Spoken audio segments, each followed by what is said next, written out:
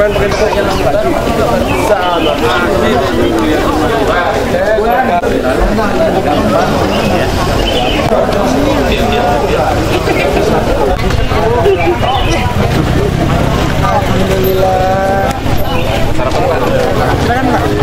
Pak. Oh sama Pak, alhamdulillah. Pak Kiai, aman ya Pak Kiai ya? Assalamualaikum Pak Kiai. Salam. Ini apa Pak? Ya, masuk. Pak. Oh, kalau ya.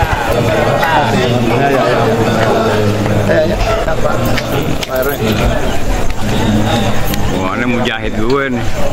Mujahid sohib berat nih. Jaga pintu surga. Ada ini jangan liatin aja. Assalamualaikum. Waalaikumsalam. Assalamualaikum Mbak.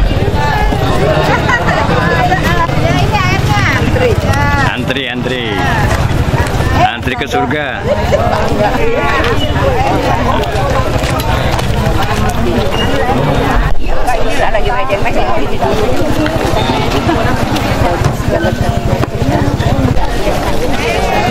Nurul. Sehat Mbak ya? Assalamualaikum. Waalaikumsalam warahmatullahi.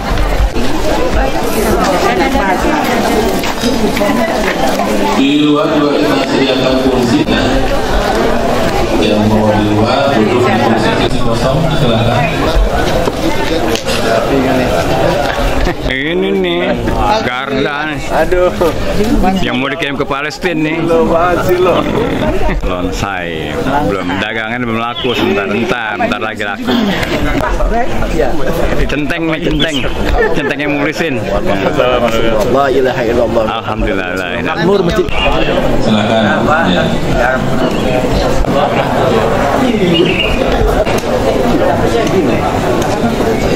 Maaf, makasih lo. Terima kasih.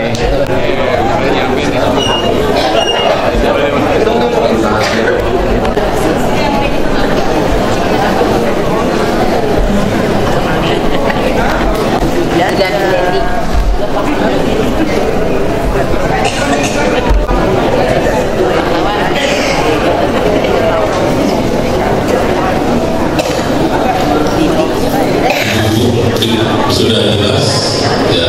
Assalamualaikum Mas Abu Jaidah. Mau di surga. Oke, pasukan merah. Merah, oh nyala. Merah membara. Oh Akbar. Pasukan merah masuk. Senyum surga.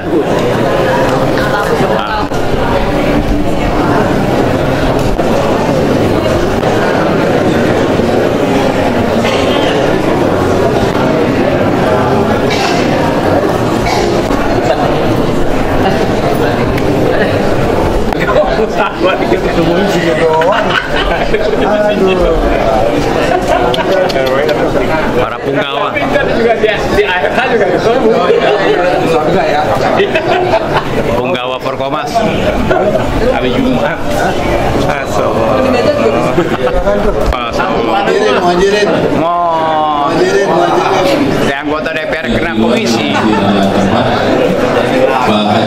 ke bawah.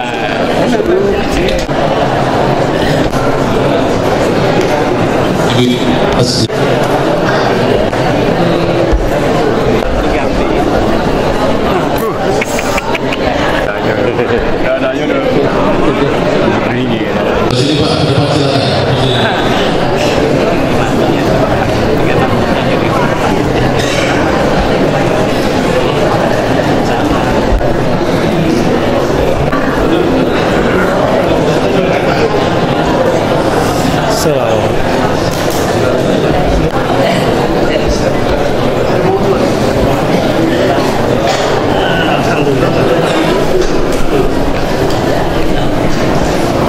Warahmatullahi wabarakatuh.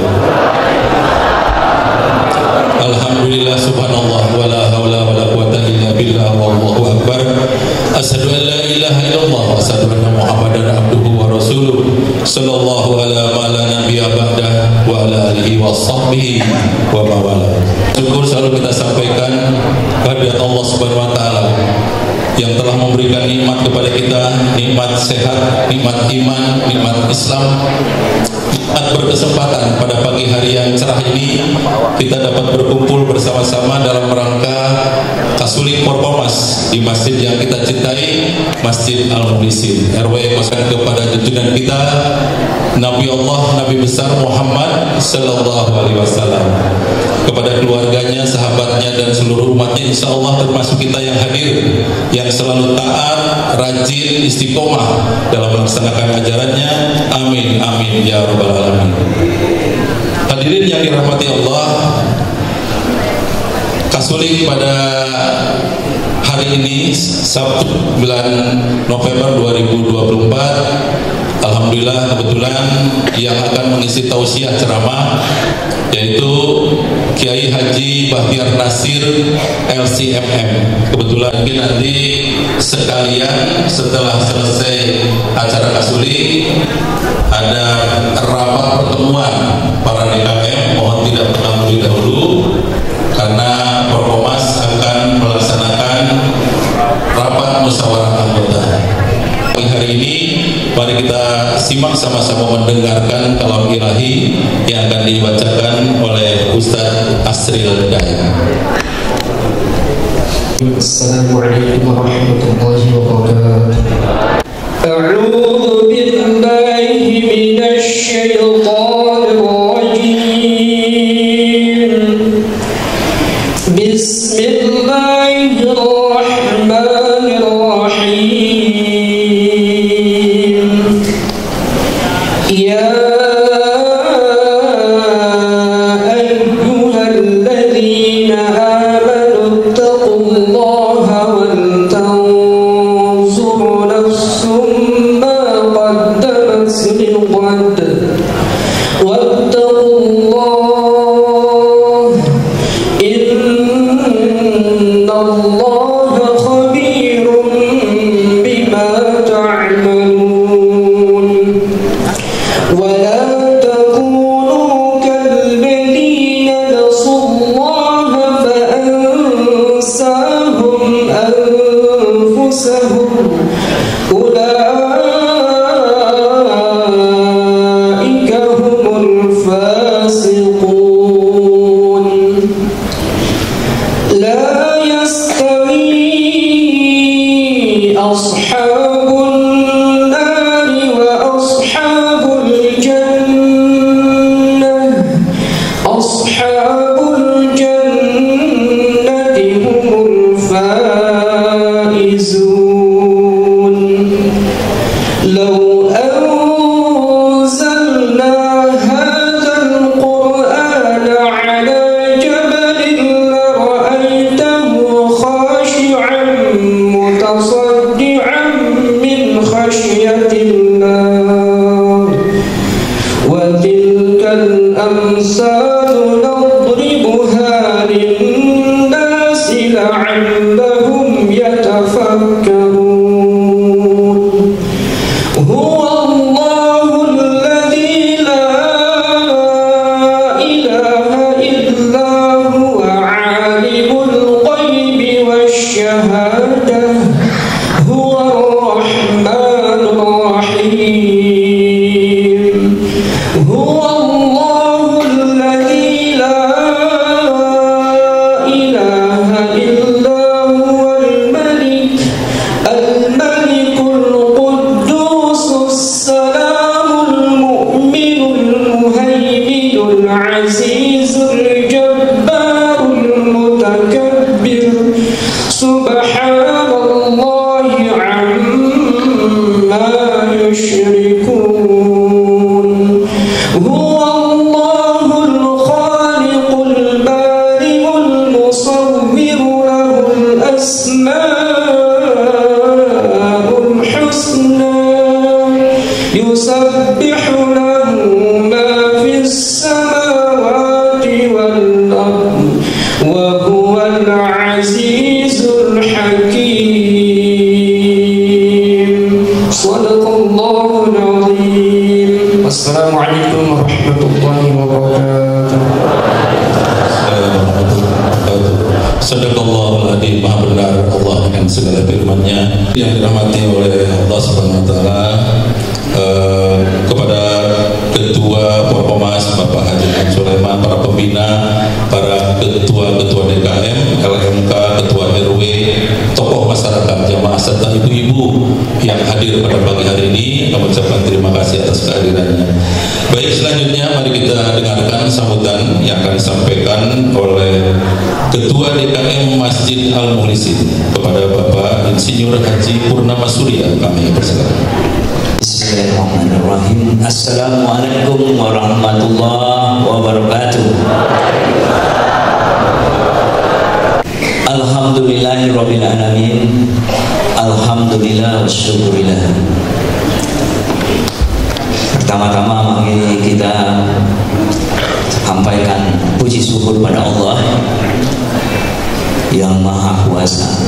Bersyukur kepada Allah di mana kita masih diberi nikmat iman Islam, hidayah, kesehatan, sehingga kita bisa berkumpul pada pagi hari ini di Masjid Al-Mukhlisin, rangka acara pengajian Forkomas yang tiap hari Sabtu kita laksanakan.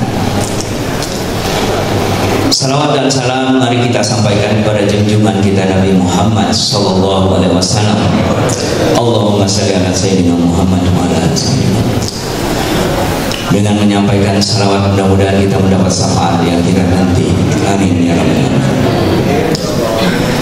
Bapak-bapak, ibu-ibu, pertama-tama kami haturkan ucapan terima kasih kepada Ustadz UBN yang telah hadir, Pak Ustadz, memberi pengajian pada Sabtu hari ini di Masjid Al-Mukhlisin BMA 2. Terima kasih Ustaz. Kedua, kami pengurus mengucapkan terima kasih dan kehadiran Bapak pembina yayasan kami, Pak Gozali, Pak Manuju, Ketua Yayasan kami yang hadir dan selalu memberi arahan kami dalam kegiatan di Masjid Al-Mukhlisin. Ketiga, saya mengaturkan ucapan terima kasih kepada Ketua DMI yang hadir pagi-pagi tadi ikut sholat di sini, Pak Topi Hasan. Terima kasih Pak Hadir kehadirannya dan selalu support dengan acara Forkomas dari kehadiran dan supportnya selalu. Yang terakhir, saya ucapkan terima kasih kepada Pak Eman Sulaiman, ketua dan pengurusnya, memberi kesempatan kami dalam mengadakan Forkomas hari ini, yang ustadznya UBN juga rasa bangga kami diberi kesempatan dalam kajian hari ini. Dan yang terhormat para jamaah yang hadir yang mulia ini, mudah-mudahan dalam acara ini, dalam kajian yang akan diberikan oleh Ustadz, bermanfaat buat kita semua.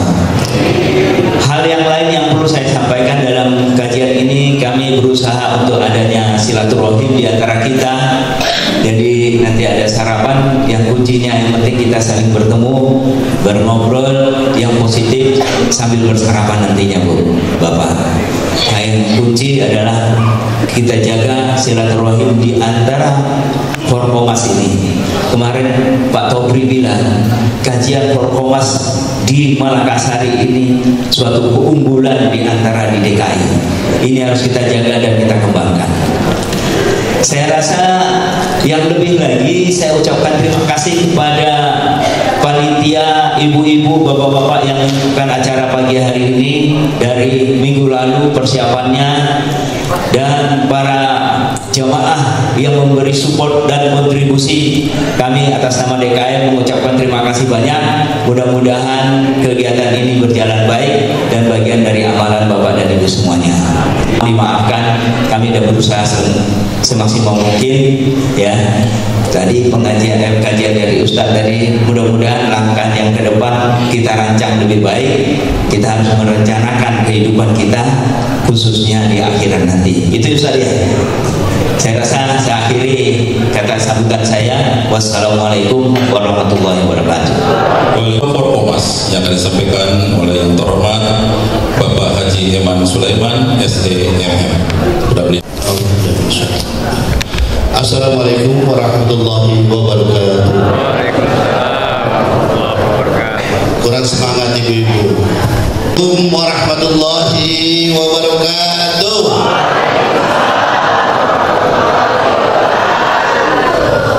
Arah alamat Quran khalaqal insan alamat kubaya subhanaka la ilma lana illa ma 'allamtana ilahi anta maksudi waridoka matlubi atini mahabbataka wa ma'rifataka rabbi jidni ilman warzuqni fahman. Hadirin yang dirahmati Allah, pertama-tama dan paling pertama saya mengucapkan banyak-banyak terima kasih kepada Sayyidul Bait, Pak Guru Nama, beserta jajarannya, para pengurus pembina yang hari ini hadir, yang tidak saya sebut satu persatu namanya. Mudah-mudahan ini sebagai amal baik daripada bapak-bapak yang berada di dunia seni serta para donaturnya. Mudah-mudahan Kiai Haji Bahtiar Nasir, ahlan wa sahlan Ustaz, mudah-mudahan Ustaz dan Ustaz Bahtiar Haji dalam keadaan sehat walafiat. Ujung tombak dari kita para DKM, sekali lagi saya ucapkan para DKM, orang-orang para DKM kita terus mengajak jamaahnya kiri kanan belakang, karena sekali lagi kebaikan bapak-bapak orang datang ke masjid ini, insya Allah dia akhir mendapatkan satu tabera itu secara audi kalau dikalkulasikan dengan angka. Mudah-mudahan kebaikan dari bapak-bapak itu juga ini merupakan suatu investasi yang sangat baik. Ya Allah Subhanahu wa taala, alhamdulillah wa syukurlah wala haula wala quwata illa billah. Kita sini Pak Taufik Hasan yang terus mendampingi kita dan sehat dan buktinya alhamdulillah sudah turun, tinggal dilihat aja, dicek di masing-masing ya, itu. Jadi waktu imam gitu ya, barangkali Pak Taufik sudah turun hari ini, bisa dilihat untuk imam, marbot, guru ngaji, pemulasaraan, insya Allah hari ini sudah bisa lihat, dicek dari masing-masing.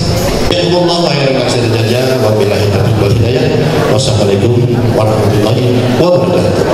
Mas, kebetulan beliau kemarin kena musibah ya Pak Haji. Mudah-mudahan cepat sembuh Pak Haji ya. Mudah-mudahan sehat selalu ya.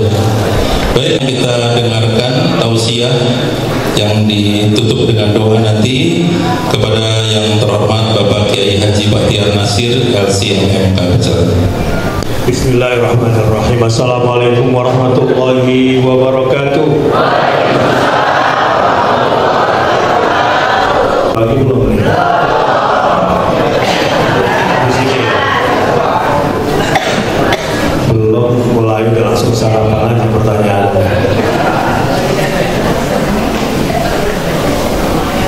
Sudah bersyukur awal hari ini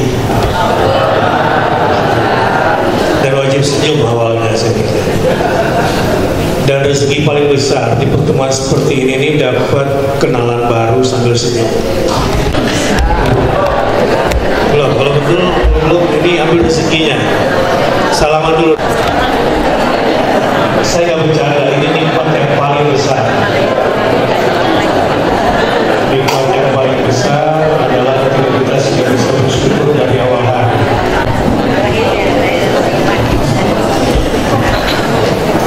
Saya selalu mengajarkan setiap pagi ya, supaya wajahnya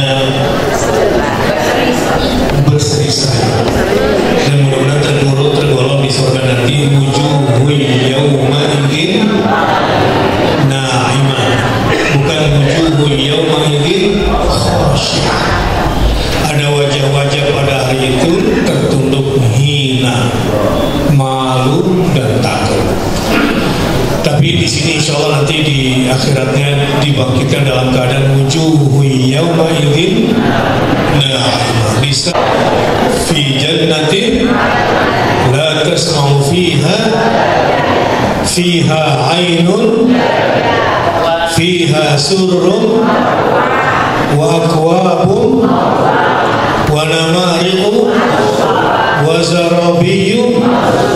Mudah-mudahan semuanya seperti itu ya.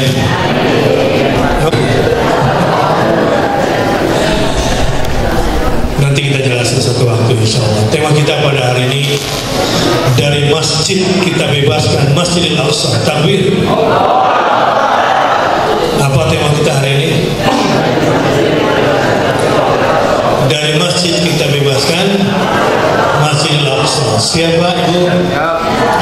Mau berjuang untuk jalan-jalan ke sana? Bismillahirrahmanirrahim. Alhamdulillahil qa'il a'udzu billahi minasyaitonir rajim. Bismillahirrahmanirrahim.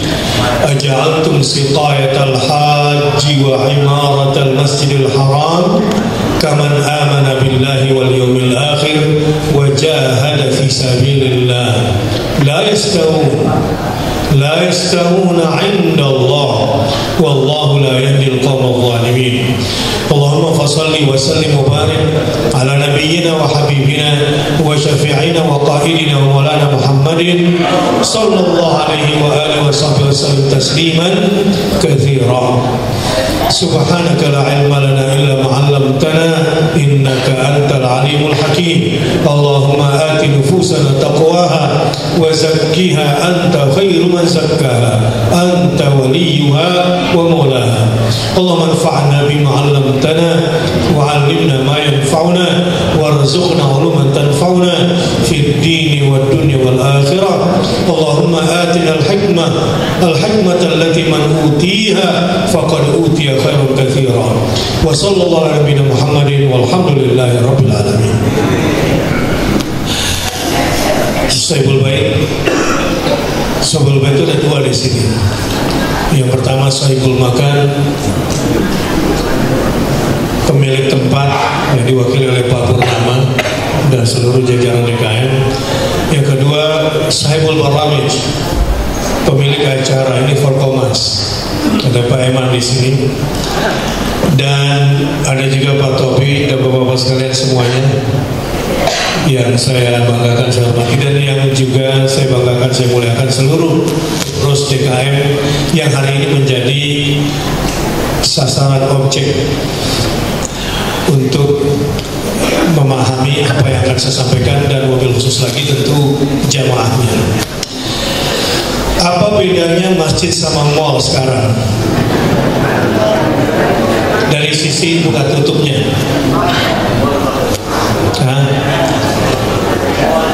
Mall tutup jam berapa? 10. Masjid tutup jam berapa?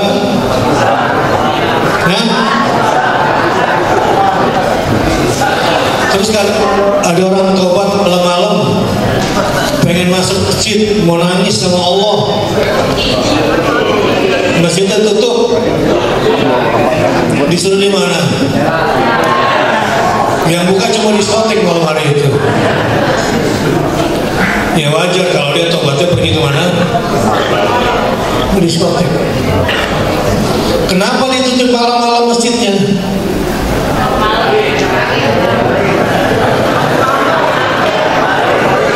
Hemat listrik. Takut maling. Berarti gak ada yang jagain malam itu. Gak ada yang jagain masjid. Banyak alasan pengurus kulit memang. Pengurus kulit sama pengurus malas banyak alasannya. Jangan, nanti kan ini kan bayar listriknya mahal. Iya. AC-nya juga makan listrik. Makanya jangan jadi pengurus masjid kalau pelit.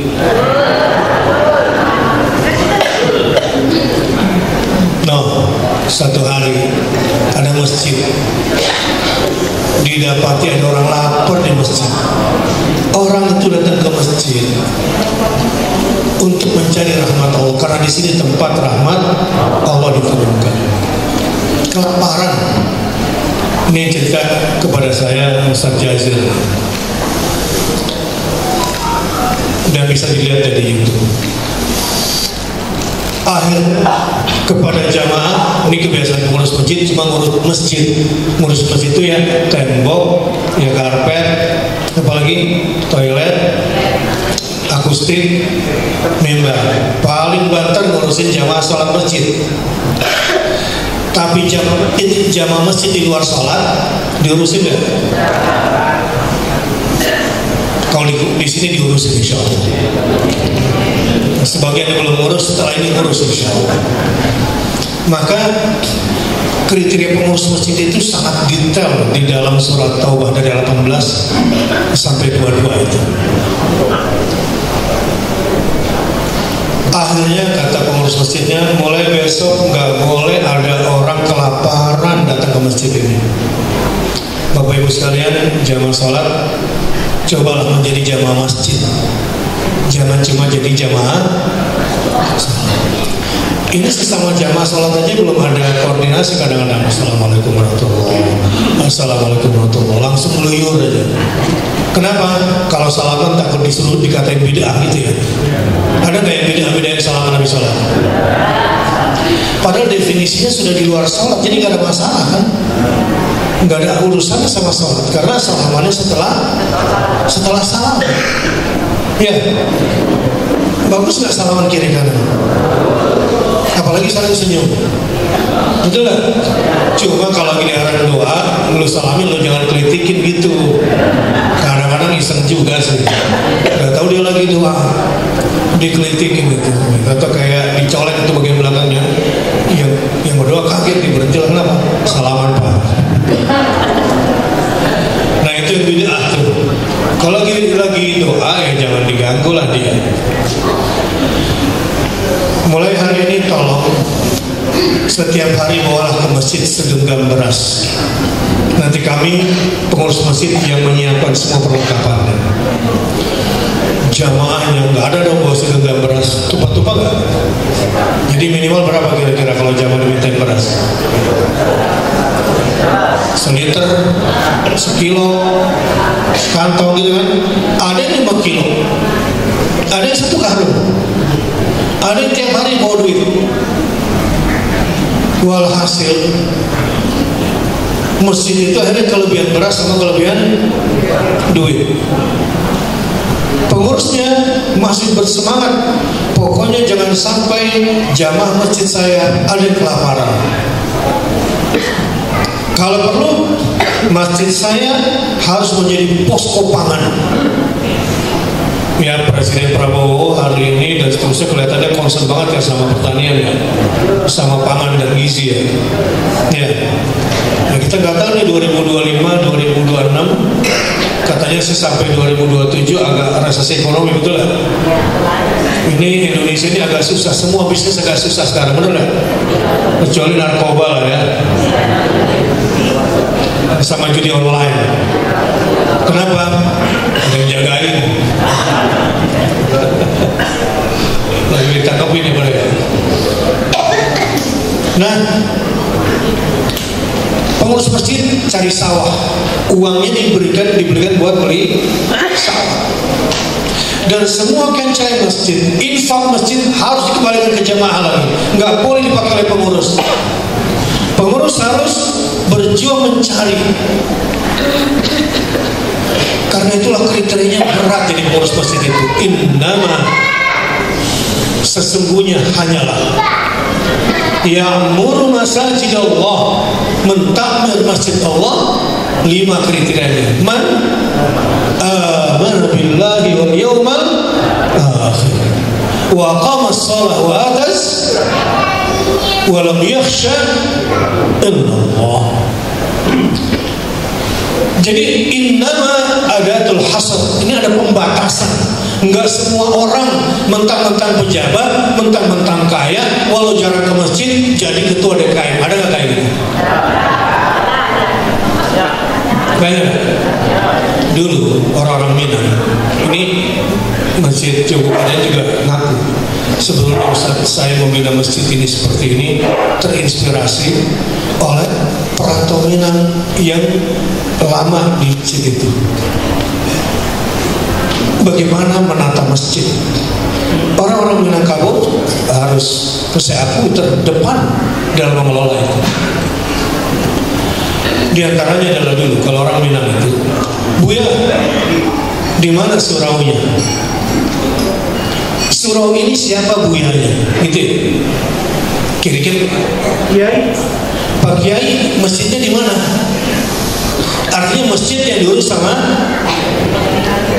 jamaah masjidnya dibimbing sama kiainya, gitu kan? Kiai, masjidnya di mana? Gitu kan? Masjid ini siapa kiainya, gitu kan? Kalau sekarang karena udah peredaran zaman, pergeseran nilai, yang ngatur kiai DKM-nya, yang boleh khutbah di sini, yang tidak boleh ceramah di sini harus DKM-nya. DKM-nya belum tentu masuk masjid tiap hari. Ini bukan di Forkom yang saya ceritakan.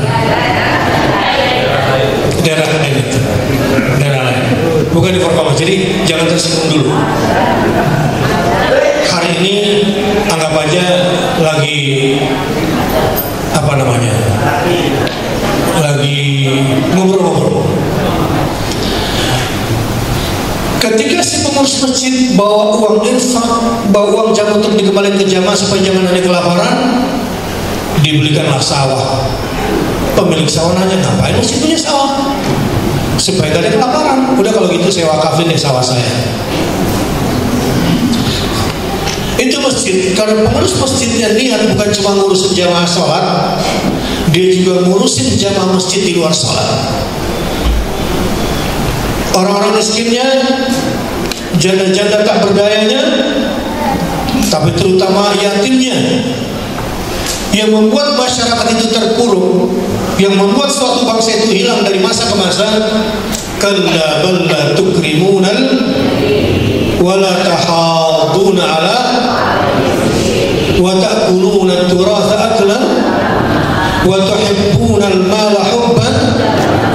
Bangsa-bangsa itu dulu hancur, kaum Ad, kaum Tsamud, kaum Fir'aun. Walaupun mereka awalnya kaya raya dan hebat, negaranya itu dipenuhi dengan resource yang luar biasa, bukan lautan. Tidak tua tuh. Kail dan jalan, tiada badai. Ini bukan karaoke ya. Ini lagi ngetip kayak ke Indonesia. Ikan dan udang. Ini generasi milenial apa sih gitu ya? Orang bilang tanah kita tanah surga, tongkat kayu dan batu jadi tanaman. Terus orang bilang tanah kita tanah surga, tongkat kayu dan. Tapi kalau tidak ikramul yatim, bangsa ini tidak memuliakan yatim dari masjidnya, dari pengurus masjidnya.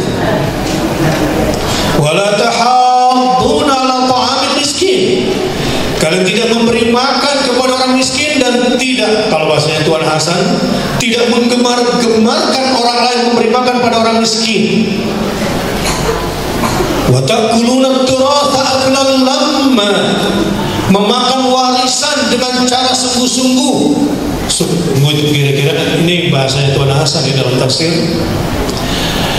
Saya concern dengan tafsir bahasa Indonesia ini karena Tuan Hasan ini dalam semua tafsir bahasa Indonesia yang paling kuat konsistensi dan kuat ilmu alatnya, sehingga kita enak mempelajarinya. Cuma sebagian sudah hilang bahasa Indonesia di kalangan kita ketika baca tafsir ini. Bahkan Buya Hamka pun merujuk pada Tuan Hasan dalam menerjemahkan itu, dalam metode dan pemilihan diksi.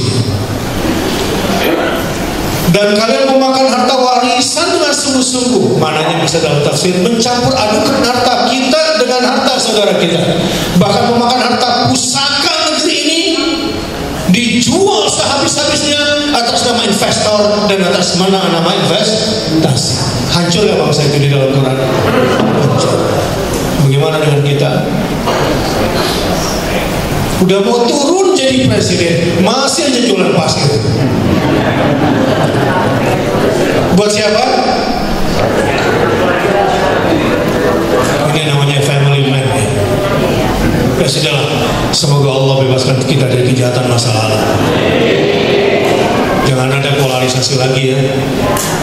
Ini kita saat Indonesia bersatu dan saat Indonesia damai. Siap? Ngomong-ngomong, Jakarta pilih siapa? Nah, katanya bagus semua, kata bagus. Nah, coba saya mau ngecek Jawa Forkomas. Berapa pilihan sih? Saya juga lupa berapa yang dipilih. Hah? 3. Yang pilih nomor 1, saya juga nggak tahu nomor 1 siapa. Angkat tangan. Pilih nomor 2, pilih nomor 3, pilih nomor 4. Hah? Nomor 4 maksudnya suka semuanya. Siapa pilih nomor 4 angkat tangan. La haula wala quwwata illa billah. Enggak demokratis ini. Kembali ya. Akhirnya masjid ini bukan cuma ngurusin perut masyarakatnya, tapi masjid ini juga menjadi posko pangan. Jadi sekarang masjid itu punya panci, sekali masak bisa dimakan untuk 5.000 orang. Loh, segede apa tuh pancinya, Bu? Nah, itu orang catering yang tahu tuh. Ya, ada teman. Itu kalau di Arab tuh banyak yang punya gitu-gituan. Ya, hotel-hotel besar biasa juga punya itu. Nah, bahkan bukan cuma itu, apalagi sekarang bulan ber ini lagi banyak bencana nggak kalau bulan seperti ini? November, Desember, Januari, lakon Allah, kita nggak menginginkan itu, tapi umumnya bencana terjadi nggak di bulan-bulan ini? Minimal apa? Banjir. Yang terjadi bersetahun apa? Kebakaran. Ya. Kira-kira di Makassar ini, di Forkomas nih, masjid mana yang siaga bencana? Siaga bencana tuh minimal kalau ada orang mengungsi ke masjid itu minimal 200 orang. Ada ruangan khusus buat pengungsi. Jadi kalau ada bencana nggak tinggal di ruang ibadah, nggak ganti baju di sini, ganti popok di sini. Karena masjid ini siaga bencana yang dari awal tiangnya pun sudah dibuat sekian kuatnya supaya tahan gempa untuk sekian skala Richter. Dan ada satu ruangan kalau nanti terjadi bencana ini bisa tempat tinggal untuk 200 sampai 500 orang. Berapa toiletnya kira-kira? Kalau orangnya 200 berapa toiletnya minimal? Arsitek mana? Satu per berapa biasanya Pak? Satu per berapa orang? Satu toilet? Hah? Apalagi lansia, betul nggak? Apalagi ibu-ibu. Kalau bapak-bapak kan kalau cuma sekedar urin yang dikeluarkan gampang. Ibu-ibu kan nggak bisa berdiri kan? Antrinya lama pula kan? Baru yang dibuka 3 lagi. Kalau bapak-bapak kan cuma 2. Jadi kalau 110 ya paling nggak ya 20 toilet. Nah ini tinggalnya 200 orang di ruang ibadah, toiletnya cuma Al-Mukhlis itu berapa toilet? 4. Ada kadang-kadang paling banyak 8. Nah paling nggak Forkomas kita nanti berpikir ke depan ya, selain menjadi posko pangan semua masjidnya juga menjadi posko siaga bencana. Paling nggak ada 2-3 masjid di sini yang harus siap di satu kecamatan. Cerita hal-hal sederhana. Itulah karenanya pengurus masjid itu harus yang kurus, namanya juga pengurus. Kalau penggemuk harusnya, oh bukan gitu maksudnya. Innama ya'muru masajidallah man amana billah, harus beriman kepada Allah, wal yaumal, berorientasi kepada akhirat, wa aqamas shalah, cari pengurus masjid yang mendirikan. Banyak pengurus masjid yang jarang sholat ke masjid? Kepilih kan? Yang milih siapa? Yang milih yang gak sholat juga biasanya. Udah gak sholat, gak sedekah, cari aja yang mau bayar, gitu judulnya. Tidak bisa mancing. Wa atas zakat, pengurus masjid itu harus orang yang membayar, bukan yang makan. Dan yang paling penting yang terakhir, walam yakhsha illallah, pengurus masjid itu tidak takut kecuali hanya kepada Allah Subhanahu wa ta'ala.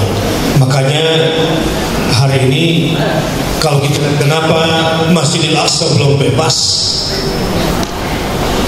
ya mungkin masih banyak secara ma'rifi, secara pengetahuan yang belum selesai. Coba lihat, Subhanalladzi asra bi 'abdihi, Subhanalladzi asra bi 'abdihi lailan minal masjidil haram ilal masjidil aqsa alladzi barakna hawla linuriyahu min ayatina innahu huwas samiul basir. Minal masjidil haram, min lil ibtida.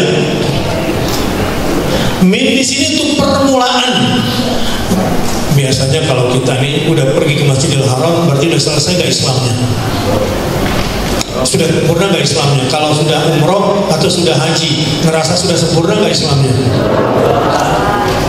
Sejujurnya, kan haji itu menyempurnakan rukun. Alhamdulillah sudah selesai menyempurnakan rukun. Tapi kalau dilihat dari sisi masjidnya, minal masjidil haram itu permulaan. Akhir itu kemana? Ilal masjidil aqsa. Pernah ada muktamar sedunia yang tidak pernah terjadi lagi. Sehebat itu muktamarnya. Muktamar itu dilihat dari siapa yang datang. Semua nabi, semua rasul berkumpul di sana. Dan pemimpinnya adalah Khatimul Anbiya. Imamnya adalah Rasulullah sallallahu alaihi.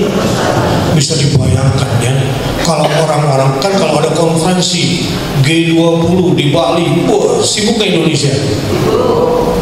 Bakal ada banyak bisnis gak di situ? Ada banyak lobby gak di situ? Ada banyak kepentingan gak di situ?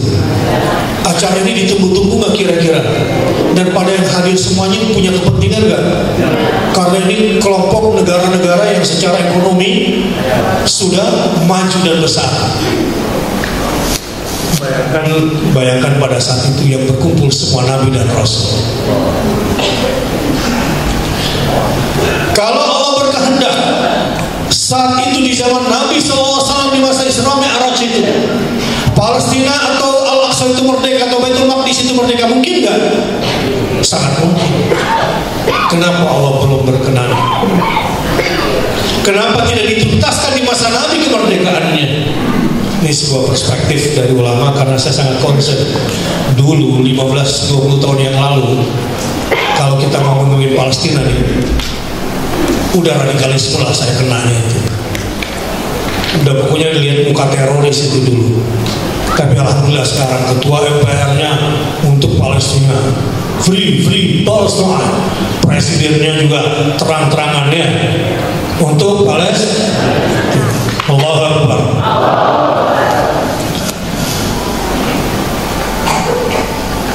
Kenapa disisakan oleh Rasulullah SAW? Supaya umat tidak berhenti di Masjidil Haram.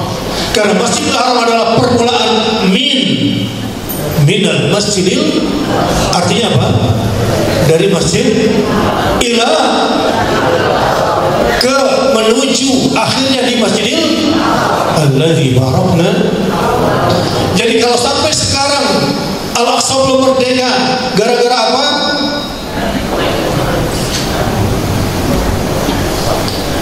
PBB bahkan sampai bilang di Gaza Utara ada kelaparan, tapi dunia diam. Politisi Inggris mengatakan, John Galloway, dia bilang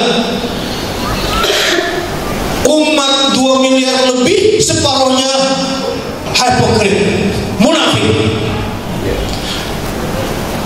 50% umat Islam sedunia yang jumlahnya lebih 2 miliar itu minimal munafik.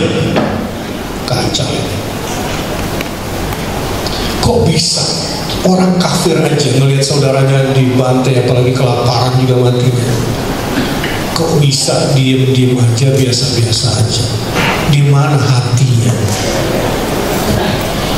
Usut punya usut. Katakanlah John Galloway bilang munafik, mungkin ada benarnya.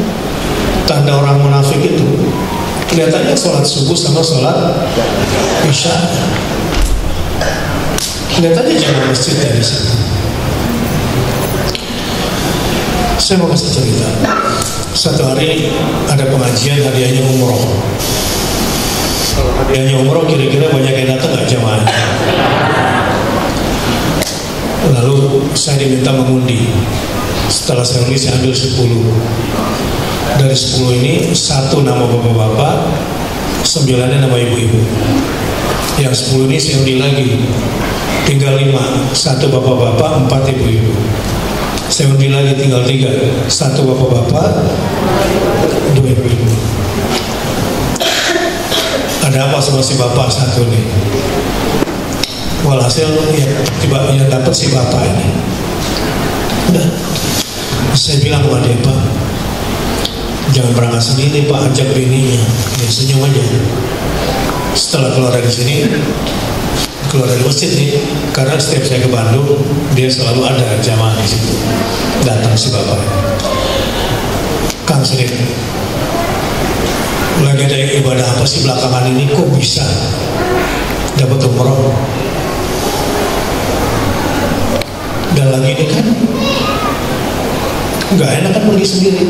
Iya sih Ustaz, sebetulnya belakangan ini istri saya kalau doa nangis tapi nggak ngomong sama saya. Kenapa? Begini Ustaz, sebelum ini sebetulnya saya sudah dapat juga undian umroh. Dan ini yang kedua Ustaz. Yang pertama itu saya dapat undian umroh, kalau istri saya doa tuh saya lihat nangis mulu. Rupanya gara-gara saya bakal berangkat sendirian. Dan dia baru ngomong sekarang setelah saya dapat yang kedua. Jadi kalau laki rajin ke masjid, suami rajin ke masjid, rezekinya dapat ke bini kan? Tapi kalau lakinya malas ke masjid, wassalam bininya. Ya, maka nanti masjid kalau ada yang suami-suami malas, suruh ibu-ibunya Pak bangunin. Pernah diumumkan, ibu-ibu tolong bangunkan suaminya pergi ke masjid. Hari pertama nggak ada yang datang, hari kedua nggak ada yang datang, hari ketujuh kagak ada yang datang. Akhirnya pengurus masjid rubah strateginya. Ibu-ibu yang nggak mau bangunin sholat subuh suaminya, moga-moga suaminya kawin lagi. Baru dibangunin semuanya. Iseng juga pengurus masjid ini. Sebetulnya simpel kalau perhatian, maksud saya gitu kan. Saya nggak cerita. Ya tapi kan kalaupun antum dapat 2 kan, dapat 2 umroh, kan bisa juga. Nah itu dia Ustaz. Takdirnya itu Ustaz, saya dapat 2 umroh ini dari satu travel yang sama. Saya udah ngomong, udah lobby, ternyata bisa berangkat bareng. Ini saya semakin tertarik. Ada ibadah apa kan belakangan ini? Itu dia Ustaz. Saya tuh evaluasi diri saya tuh. ternyata pangkal persoalan hidup saya banyak musibah ini, mungkin sholat saya nggak benar. Terus pokoknya sesibuk-sibuk saya kerja, saya harus sholat jamaah isya dan subuh supaya saya nggak jadi orang munafik. Dan kedua Ustaz, saya yakin banget sekarang hadis Nabi SAW bahwa sholat 2 rakaat sebelum subuh itu betul nilainya khairum minad dunya wa ma fiha, lebih baik daripada dunia dan jadi, nah itu dia Ustaz, belakangan ini saya berusaha untuk rajin sholat jamaah subuh dan isya. Tapi saya ceritain gini, jangan sampai mau umroh ya, batal semua niatnya, gak dapat nanti malah. Ini karena lillah aja saya cerita. Karena biasanya kalau udah training soal gini banyak yang termotivasi, akhirnya niatnya salah. Ya, sholat subuh sama isya supaya dapat, bukan karena Allah. Walhasil dia bilang begini, memang awalnya berat Ustaz, awalnya berat banget, tapi pokoknya saya harus istiqomah. Caranya jadi setiap hari buat saya subuh itu lebaran. Maksudnya lebaran, ya saya dari kecil kalau lebaran itu kan udah mandi sebelum subuh, udah pakai baju baru, udah pakai minyak wangi, jadi saya segar. Jadi setiap hari kan saya udah mandi sebelum subuh, saya udah pakai baju yang terbaik, dan saya udah pakai minyak wangi. Kayak di sini semua ganteng-ganteng, atau saya baju tidur semalam, kaos dalamnya. Walhasil ada perubahan-perubahan besar dalam hidupnya. Dan gak bisa kita bebaskan Masjidil Aqsa kecuali dimulai dari orang masjid. Allahu Akbar. Saya katakan demikian.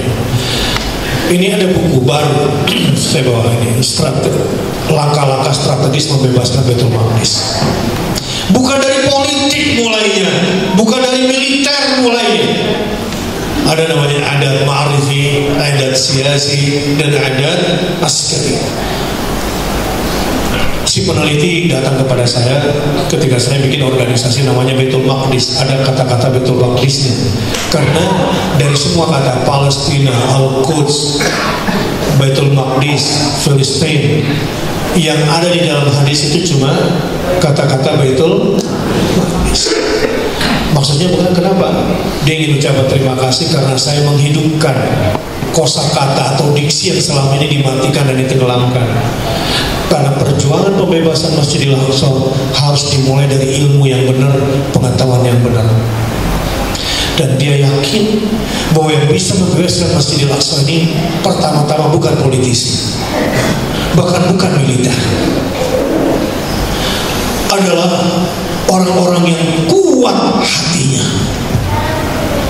Bapak-bapak, ibu-ibu, kalau disuruh infak ke masjid 1 liter sehari, sanggup atau nggak sanggup? Ya nggak sanggup, bapaknya hatinya. Itu bangun malam, tahajud 11 rakaat, berat atau ringan? Tergantung hatinya. Ada bapak-bapak di sini umurnya 60-70 masih kuat maintenance, tapi jangan suruh bangun malam. Nah, 60, 70, 80 masih jago berenang, tapi jangan suruh 2 rakaat sebelum subuh dikerjain. Belum tentu kuat. Kekuatan itu di mana? Di hati. Dan itu hanya bisa dibangun di dalam masjid ini. Dan sekarang saya mau bicara apa adanya. Siapa yang punya anak di pesantren, angkat tangan. Punya cucu di pesantren, angkat tangan. Okay. Kalau liburan, sejujurnya liburan,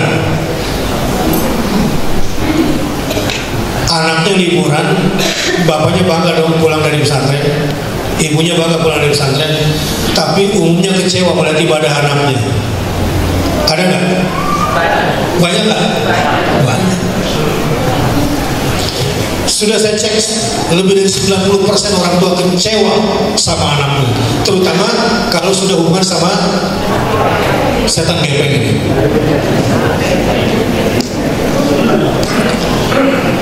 Usut punya usut. Ternyata di pesantren pun keluar dari definisi pesantren. Pendidikan lebih banyak di kelas atau di masjid, Ustaz? Di kelas. Fi buyutin adina Allah an turfa wa yudhkar fiha ismuh yusabbihu lahu fiha bil ghudwi wal asal. Tempat di mana yang pertama kali Allah berkahi, di situ turun para malaikat dan Allah senang namanya disebut di situ adalah Baitul. Tempat baca Quran di mana malaikat akan turun di situ menemani orang baca Quran adalah fi baitin min buyutillah yatadaruna yatadarasul fima bainahum.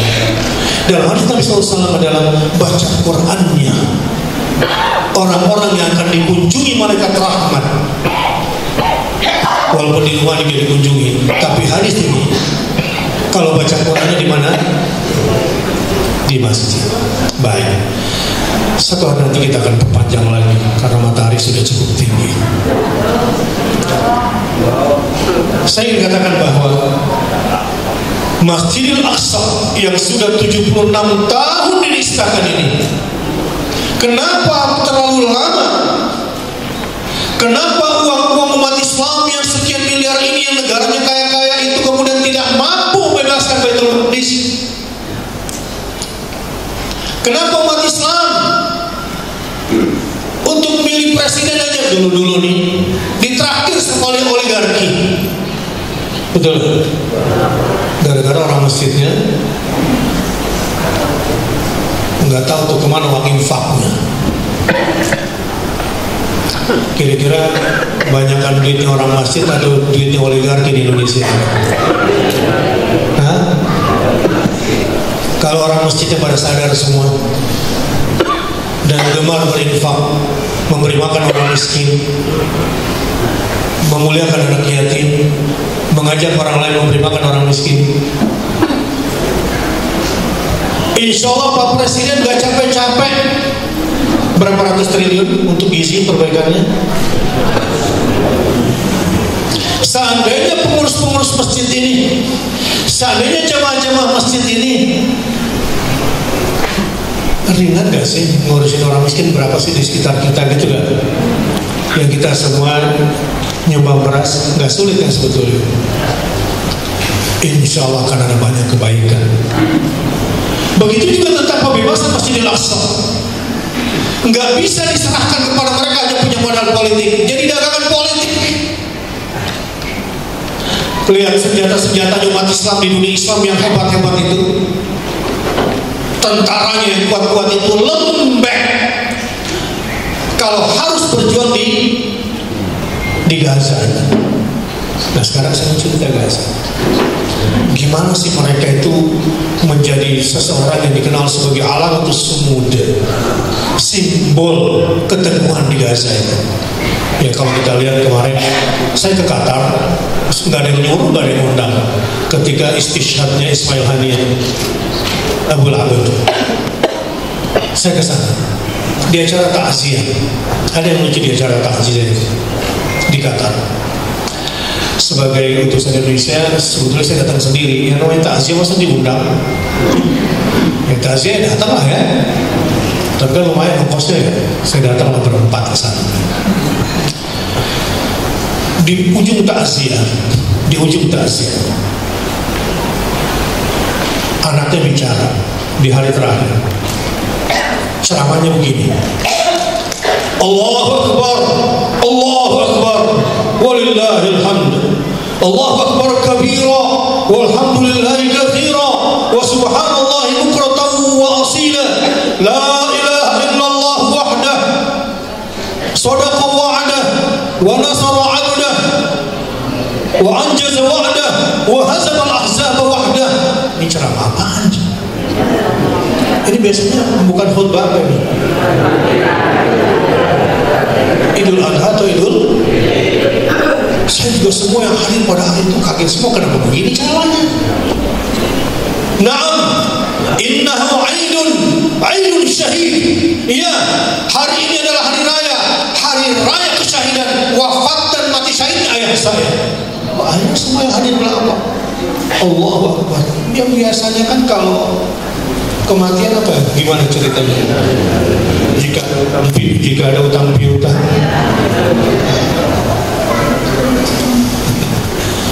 Allah, gimana coba ceritanya kok bisa begini?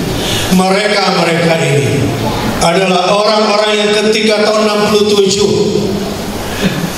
kecewa sudah para ulama di dunia terhadap generasinya yang sudah disebut dengan Jil Ta'ban, generasi yang sudah rejected.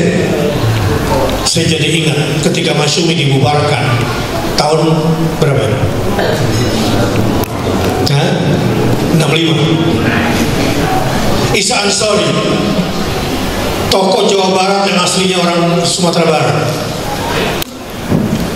Partai-partai politik saat ini sudah menjadi pedati tua. Pedati tua maksudnya apa? Delman. Yang sapinya tidak bisa lagi menarik problematika umat. Maka saat itu ada gerakan-gerakan baru dari tokoh-tokoh Islam. Pak Muhammad Nasir akan masuk dan bikin Dewan Dakwah Islamiyah Indonesia. Sebetulnya Dewan Dakwah Islamiyah itu berdiri untuk politik kenegaraan, untuk dakwah kenegaraan maksud saya, untuk dakwah kenegaraan, bukan untuk hal-hal yang agak-agak yang sudah dikerjakan oleh ormas lain. Dan orang-orang ini dibesarkan di masjid, anak-anak mereka dibesarkan di masjid. Dan masjid-masjid di Gaza itu meskipun sekarang dihancurkan, anak-anak mereka datang ke puing-puing masjid itu karena masjid sudah berdiri di hati-hati mereka. Masjid sudah agung di jiwa-jiwa mereka. Masjid sudah tegak berdiri di jiwa mereka. Kalian bisa hancurkan masjid kami sampai puing-puing, tapi kami tetap akan bangun lebih megah dari ini karena masjid agung di dalam hati kami. Bukan masjid agung di luar, tapi di hatinya bukan orang-orang yang mengagungkan masjid. Disitulah dimulai Al-Quran diajarkan. Orang-orang Sumatera Barat dulu kan biasa tidur di mana cowok-cowoknya. Kalau sekarang di mana? Di Lampau. Lampau. Wah. Maka mudah-mudahan ada perubahan-perubahan besar setelah ini, dan hari ini mudah-mudahan setelah kita bersama semangat lagi ya. Jadi kira-kira masjid kita jadi masjid atau jadi mall nih? Bukanya berapa jam? Bayar listriknya mahal? Terus kotak infak hilang? Hah? Iya, harus ada yang zikir tiap malam, harus ada yang qiyamul lail tiap malam, betul kan? Harus ada yang gantian. Ini coba kita buka. Ya, kalau kita buka, aja'altum siqayatal haji wa imaratal masjidil haram. Apakah orang-orang yang beri minum kepada orang-orang yang sedang berhaji dan mengurus Masjidil Haram, kaman amana billahi wal yawmil akhir wa jahada fi sabilillah, apakah orang-orang itu sama yang ngurusin ekonomi masjid, yang ngurusin perutnya jam masjid, yang ngurusin bangunan masjid, sama dengan orang-orang yang beriman dan berjihad di jalan Allah? La yastawi. Menurut Allah nggak sama. Dan di dunia ini, selama Masjidil Aqsa belum merdeka, maka itu simbol semua masjid di muka bumi ini sejujurnya belum merdeka. Dan kalau mau tahu siapa yang berkuasa di muka bumi, barometernya adalah siapa yang sedang berkuasa di Baitul Maqdis di Al-Aqsa itu.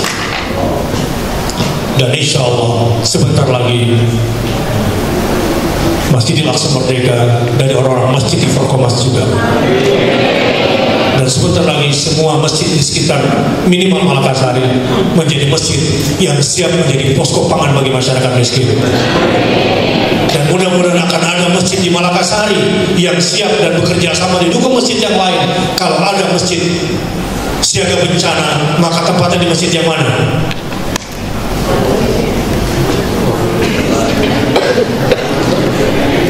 La qadarullah ada kebakaran, la qadarullah ada banjir, la qadarullah ada bencana. Di masjid mana kita kumpulin yang toiletnya banyak? Belum. Dimana tuh harus kita pikirin. Ustaz aja mikirin sendiri, kita terima jadi aja. Maknanya adalah bahwa insya Allah masjid-masjid di Malakasari akan semakin bergairah kalau energinya bukan cuma mikirin masyarakatnya sendiri, tapi dari masjid kita bebaskan Baitul Maqdis, dari Malakasari, dari jamaah masjidnya kita bebaskan Masjidil Aqsa. Allahu Akbar. Birruh bidam nafdika ya Aqsa. Free Palestine, free Al-Aqsa, free Baitul Maqdis. Allahu Akbar. Bismillahirrahmanirrahim. Alhamdulillahirabbil alamin. Hamdan yuafi ni'amahu wa yukafi mazidah. Ya Rabbana wa lakal hamd. Kama yanbaghi li jalali wajhikal karim wa 'azimi sultan ala nabiyina Muhammad wa ala ali sayyidina Muhammad.